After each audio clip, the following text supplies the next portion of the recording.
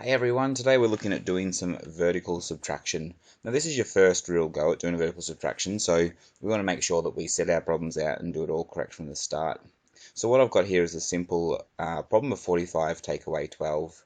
And the key to remember for vertical subtraction is how you set the problem out is the most important thing when you're solving it, so you don't make any errors. So with 45 take away 12, let me just set this up for you. With subtraction, we put the biggest number, okay, at the top and the smallest number at the bottom. And you'll notice with mine, I've got the ones on top of the ones and the tens on top of the tens. Okay. Now, when I'm solving this particular one, there's no renaming involved. This one here was about just setting it out properly. Then what I say is, can I take 2 away from 5 or 5 take away 2? In this case, I can. 5 take away 2 is 3. Again, making sure that the numbers are in the same column. And then you've got 4 take away 1, which is also 3. Again, the tens in the tens column. So that's a really simple form of vertical subtraction. Let's do one a little bit trickier now that involves some renaming. So I might just change this one here to a 7. 45 take away 17. So again, when I'm going to set it out this time, big number at the top, smaller number at the bottom. Ones on top of the ones, tens on top of the tens. This time when I go to do the renaming, you'll notice that the 7 is bigger than a 5. Now a really easy mistake to make is 7 take away 5 is 2. Alright, but remember, we're taking this bottom number away from the top one. So we say, can we take 7 away from 5? Well, we can't because the 7 is bigger than a 5. So then what we need to do is we need to rename. And in subtraction, when we're renaming, we're kind of taking one from its friend next door. Alright, so this 4, we're going to borrow, or we're going to rename and take one of those tens away. So if we're going to take one of those tens away, that becomes 3 tens left.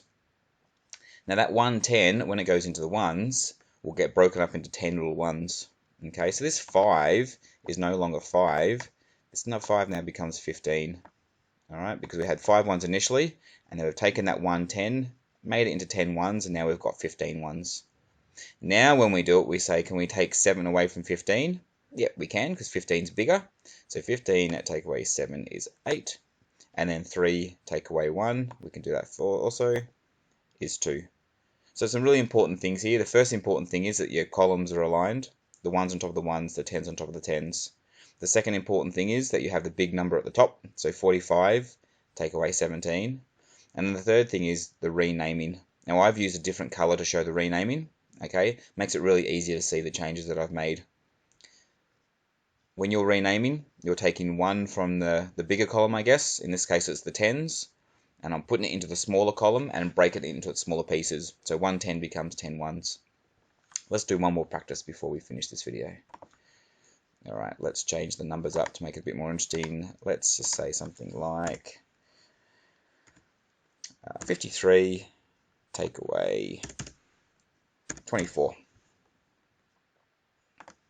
Alright, so 53 take away 24, big number at the top, take away 24, so you've got 5 tens, take away 2 tens, 3 ones, take away 4 ones. Now when we go to solve it, we say 3 take away 4, or can we take 4 away from the 3? You can't take 4 away from the 3, which means we need to do some renaming. We're going to take one of these tens away and rename it into the ones column. So if we're going to take 1 10 away, 5 take away 1 is 4. That 10 becomes 10 ones and goes into the ones column. So the 3 is no longer 3. The 3 now becomes 13 because we now have 13 ones. Can we take 4 away from the 13? We can. 13 take away 4 is 9. And 2 from 4, so 4 take away 2